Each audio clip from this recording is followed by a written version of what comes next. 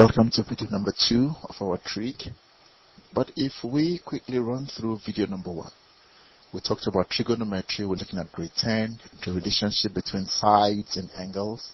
If you remember, all we did, we said if we are going to focus on a right angle triangle, where one of the angle therefore must be equal to 90 degrees. We then went ahead and quickly analyzed what a right angle triangle is. We said it's made up of 3 sides: the hypotenuse, which is the longest side, the opposite side, the side facing the angle we are dealing with, and the adjacent side, which is the third side. Okay, we went on to deal with the angle representations that we are going to have. We have our alpha, beta, gamma, and these are just angles that we then decided we would use to represent all our angles, letters. Alright, then we went ahead and looked at a right angle triangle and how to label and call the sides. We analyzed the opposite, the adjacent, and the hypotenuse.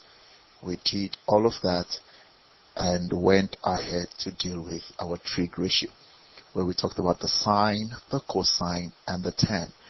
And then we defined our trig ratio and defined sine as opposite over hypotenuse, cosine as adjacent over hypotenuse, and tan as opposite over adjacent. We then went ahead to say, how are we going to remember this? And the common way is to use SOHCAHTOA. And we also played around with our trig ratio, where we said sine divided by cos was actually equal to tan, and we came to this conclusion that sine over cos of an angle equals to the tan of that angle. We then went ahead into looking at the triangles in details and looking at the sine of each of those angles. We looked at sine alpha, cos alpha, and tan alpha, and again we played around with sine over cos to make sure we get tan of the same angle. And then we introduced ourselves to a good caution here that this is not algebra, this is trig. Alright, where sine 25 does not mean sine times 25, it is the sine of the angle. Alright, we're quickly going to run and check how we use our calculators to deal with all of this just now. How do we use our calculators here? Alright, for example, if I have a right angle triangle,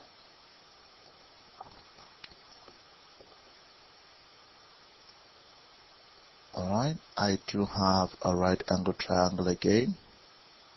Okay, let me move my triangle to the side so that everything I do becomes, I have enough space to do my writings. And then I have A, B, and C. Okay, let's actually give this angle 25 degrees. Alright, now on a calculator we could then find sine 25. What is sine 25 basically? Again, just to take us back, this side becomes the opposite. This side is always the hypotenuse because it's the side facing the angle 90, and we have our adjacent there. Alright, so what is sine 25? Here I cannot actually get a ratio except I use my calculator. So I'm going to show us how to use a calculator to get sine. So here is your calculator. Alright, so if you, let's study the calculator quickly. If you check your calculator, we have our functions there. Alright, we do have our functions. So if you check your calculator, you would find your sine, cosine, and tan functions right there. I'll take you back to the calculator. Just wanted to highlight. Alright, okay, it seems not to do what I want to do, but you would see here that that's the hypotenuse. We don't need that. That's height. We don't need that. Alright, sorry about that. So that's sine. You see there's a bracket there. Alright, and that is my cos, and that is my tan. So those are the trig ratios we have on the calculator. So if I'm looking for sine 25, all I need to do is to press sine 25, and that will give me 0,4226. Remember, we said it is a value, so 0,4226, but we just leave it as one decimal place, all right, or we can leave it as two decimal places. So we need to learn to use our calculators to calculate the angle. Using your calculators to deal with all of those. So sine 25, 0,42.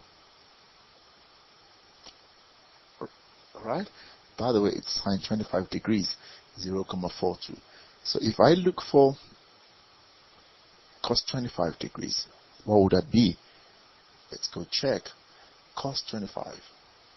Cos 25. 0,91. Alright, remember we're rounding off to two decimal places. What is tan 25?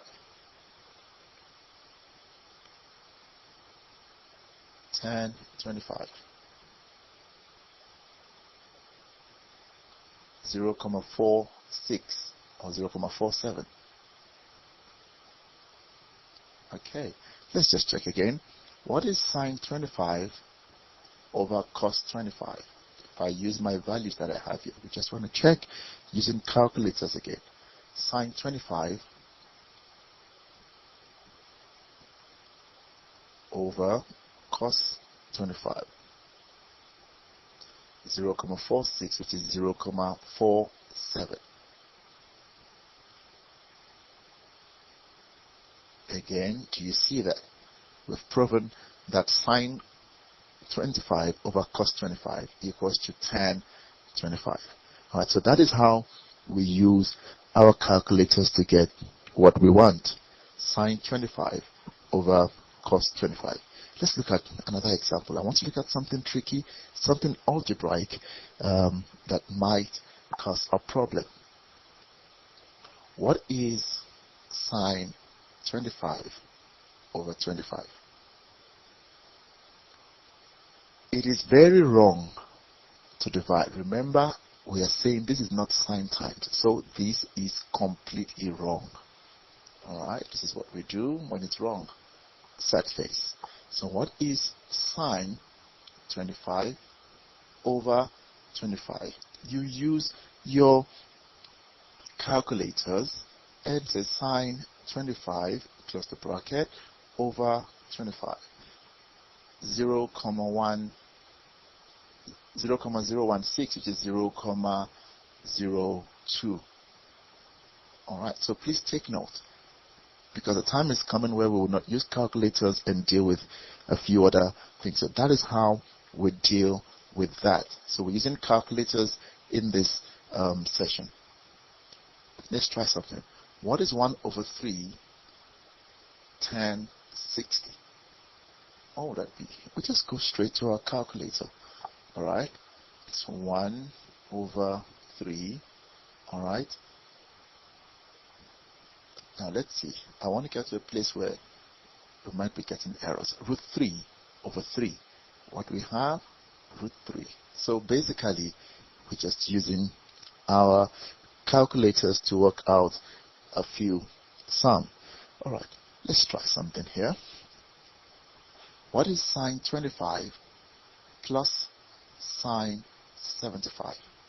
Please, these are not angles that we can just say 25 plus 25. No, we go to our calculator and then deal with it. Sine 25 plus sine 75. Now, if you do this, you are going to, let's see, I want you to see this. Alright, sine 25 plus you have 0,44. Now, I want you to look at how I wrote this on the calculator. Do you notice that I did not close my bracket on the 25? Now, that is wrong. Alright? I want you to see something now. Let's close the bracket and see if we are going to get the same answer.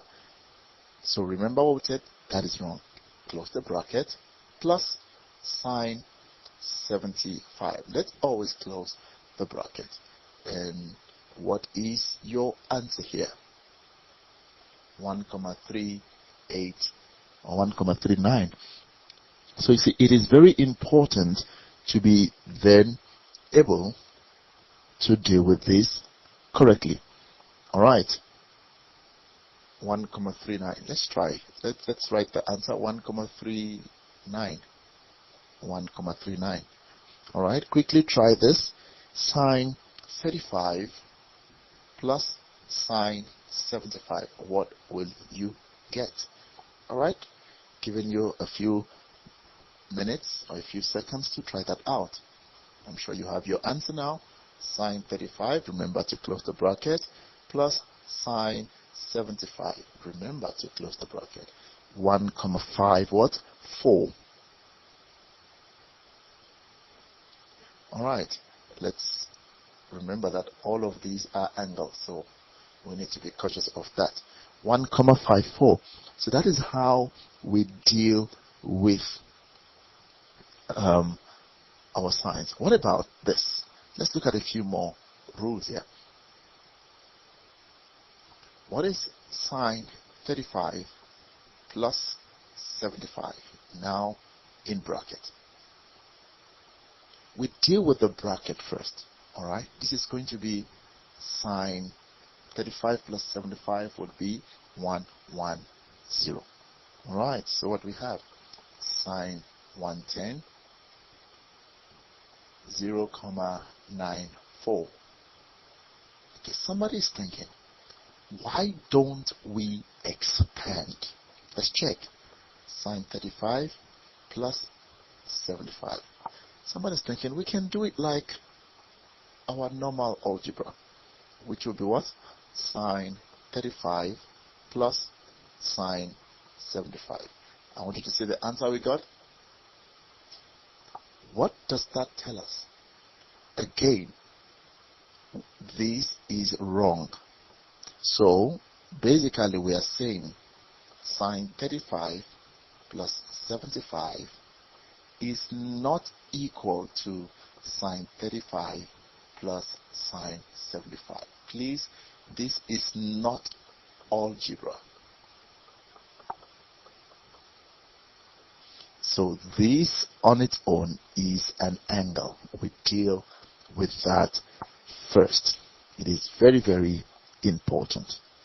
However, sine 35 plus sine 35, what will this be? Sine 35 plus sine 35. I need to close my bracket.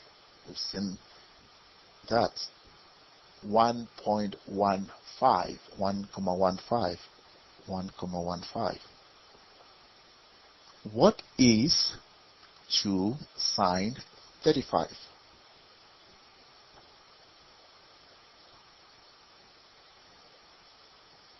Two sine 35. 1,15.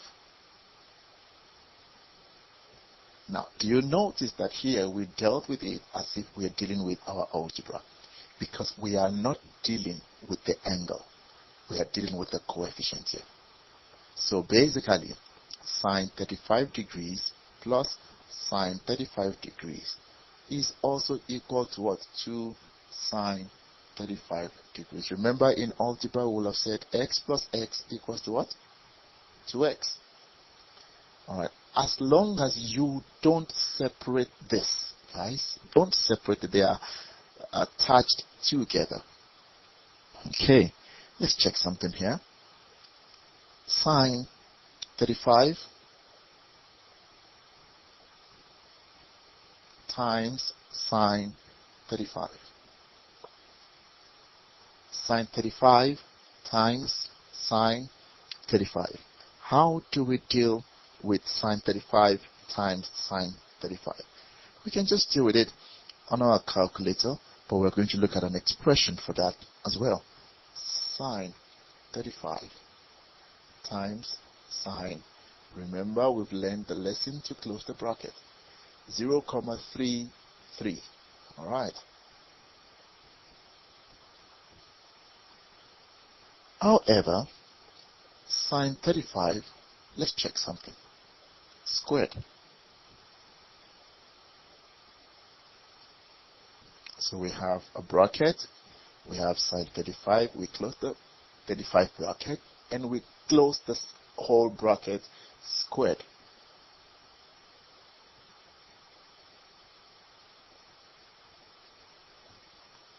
Zero comma 33.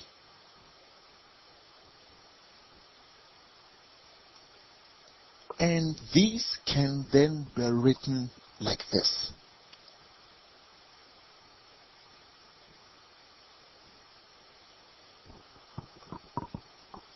Now, what will this be equal to? Or how do you press this on your calculator? There is no way you are going to press sine squared on your calculator. Alright? There's just no way, because if I put 35 there, then I'm actually talking about something completely different. Alright? If I don't put my bracket in there, if I put my bracket after, then I'll be having something completely different. But look at this now. This is sine squared 35. Now look at how I wrote it on the calculator. So please, let's get how this is written. Sine. Do you notice my squared is outside the 35? Do you know what your calculator is doing now? It takes the sine 35 as one thing. So your calculator actually has it like that. And this is 0.33. I'm going to press something else on the calculator now. What if somebody does this? I want you to see the difference here.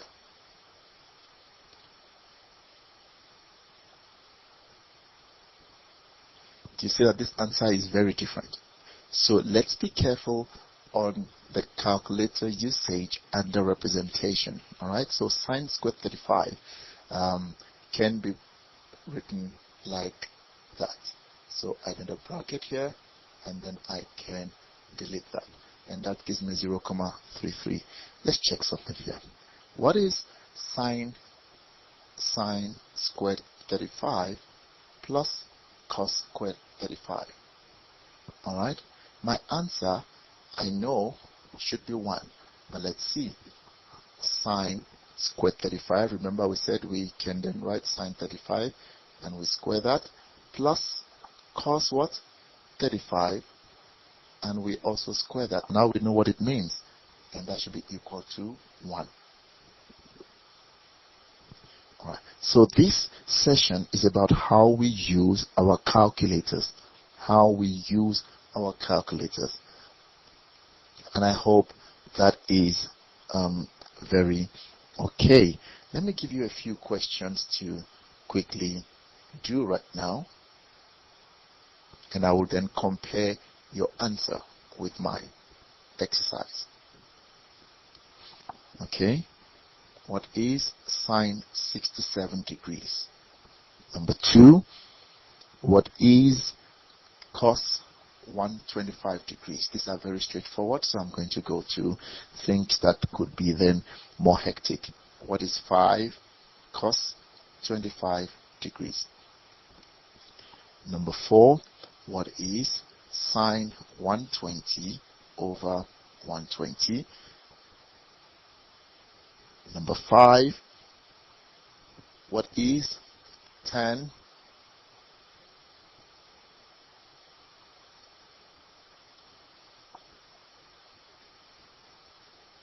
25 plus 64? Number 6, what is sine squared 230?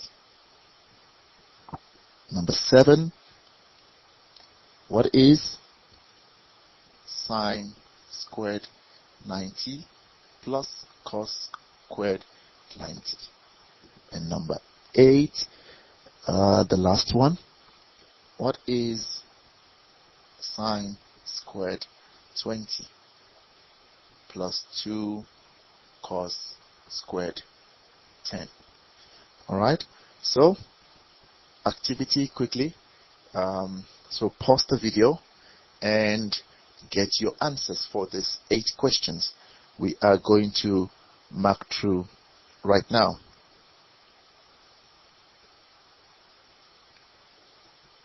make sure you pause the video. Now we are going to check our answers and right. So you mark your answers. I hope we're done. Lovely. Straightforward. Sine 67, close the bracket. Let's just learn that habit. 0,92.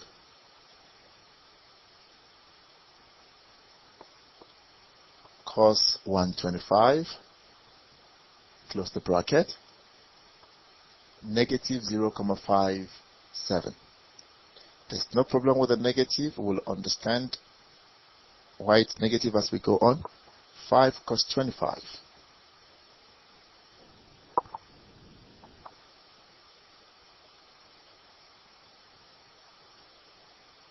4,53. Sine 120 over 20. Close the bracket. This is 0,007. Alright, so I'm just going to, let's 7,21 times 10 to the power negative 3. We did standard form when we were in grade 9.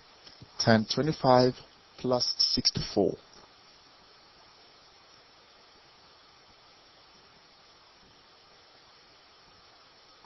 $57. Can I move my calculator?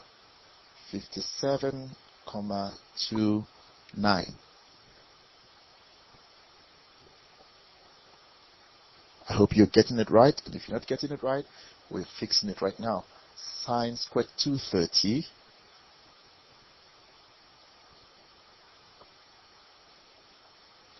0,59. Sine squared 90 plus cos squared 90. This also should give me 1.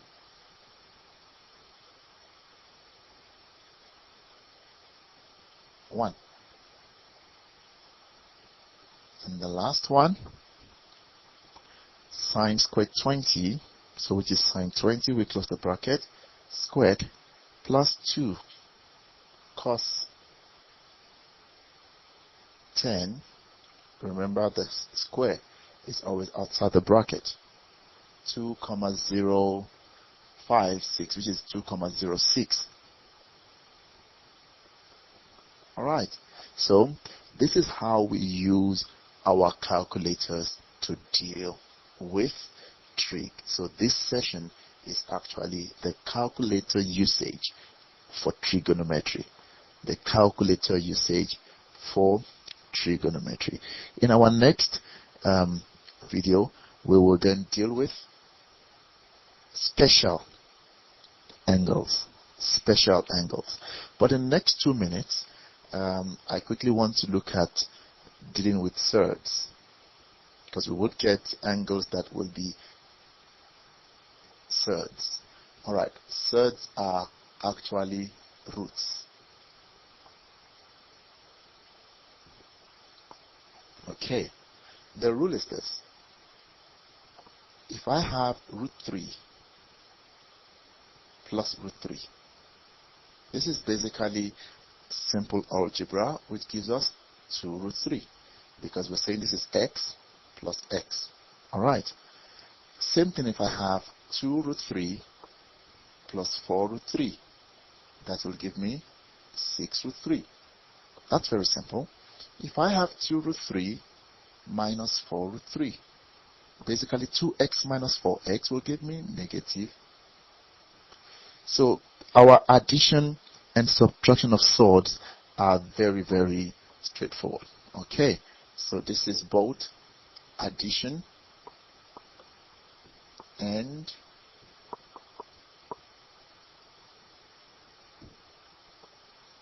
you would see why we need this in the next video.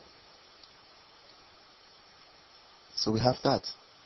What about multiplication and division?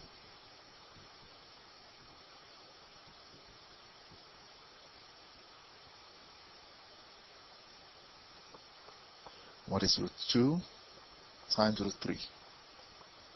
Alright, the rule. Okay, let me start with a rule. Root A times root B is basically root A times B. So if I have the square root of 2 and the square root of 3, that will be square root of 2 times 3, and that is square root of 6. Let's try to use numbers that we can quickly get. The square root of 25 times the square root of 100. Now, what is the square root of 25? We know it's 5. What is the square root of 100? We know it's 10. So our answer is 50. What if we go, just to make sure that we understand the rule, alright, this could actually now be 25 times what? 100. And that is the square root of 2,500. And the square root of 2,500 is 50. So basically when we multiply, we are actually free to do a few things with multiplication. It's more, we enjoy a bit of more freedom. What is root 2 times root 2? This is basically 2 times 2, square root of 4. Hold on. I want us to generate a rule. Root 10 times root 10 would be square root of what? 10 times 10. And that is the square root of what? 100. And that is equal to 10. Basically, we're saying root x times root x is actually equal to x. We would use that a lot again as we go on. So if the square root, if you're multiplying the root of the same number, it is actually that number. So root x squared, basically, if we remember the laws of exponents, is basically x to the power half multiplied by 2. And if we remember, half times 2 would give you 1. So our answer is x. Alright. Finally, division. We don't leave a root as a denominator.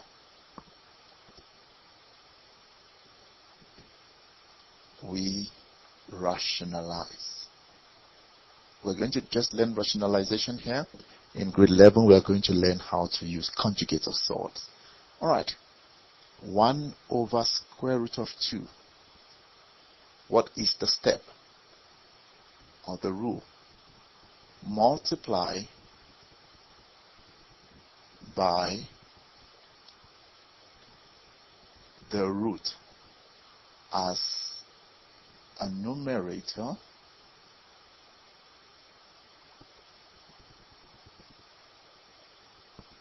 and denominator. I'll explain what I mean. And I want us to use a calculator to get this, to prove that we are correct. So 1 over root 2 is the same thing as 1 over root 2 times root 2. Remember, I have not changed this because I could just divide root 2 over root 2. And that will give me 1. But we are not going to divide. We'll multiply the numerator. And what do we have? Root 2. Denominator, we did that a while ago. Root 2 times root 2 is 2. Now, so we are basically saying 1 over root 2 equals to square root of 2 over 2. Let's use our calculator to check if we are correct. 1 over square root of 2. That should give us root 2 over 2. So your calculator automatically just does that. Root 2 over 2. So this is called rationalization. Let's check something. A few seconds more. Few seconds more. 3 over root 3. What would this be? 3 over root 3 times root 3 over root 3. Numerator, 3 root 3 over 3. That can divide what we have, square root of 3. Calculators, 3 over root 3, which is equal to root 3. And that's it. So 3 So your calculator does the rationalization, but we need to know what happens with the calculator. Alright, we've exceeded our time limit on this video, but basically we dealt with calculator usage and rationalization, the algebra of trigs. Catch you in the next video. I'm now going to deal with my special angles. Goodbye.